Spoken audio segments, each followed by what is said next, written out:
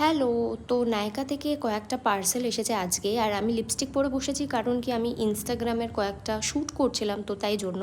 আর চুলটাও খুলে নিলাম কারণ কি প্রত্যেক দিন স্নান করছি, চুলটা ভেজা থাকে। ভেজা থাকলে খুবই অসুবিধা হয়, সর্দি কাশির ধাত আছে বলে লেগে যায় তাড়াতাড়ি। তো নাইকা থেকে যেইগুলো এসেছে সেগুলো খুবই কম প্রোডাক্ট নিয়েছিলাম, 4টে মতন নিয়েছিলাম, আর বাকিগুলো আসছে।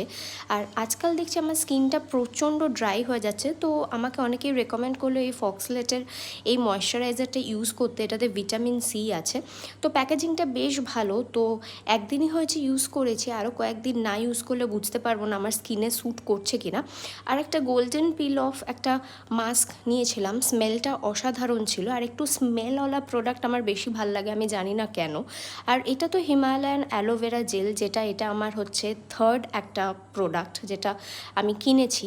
আর তারপরে হচ্ছে এটা মেন নেসেসারি, যেটা কটন প্যাডস লাগেই। তো দেখা হচ্ছে পরে।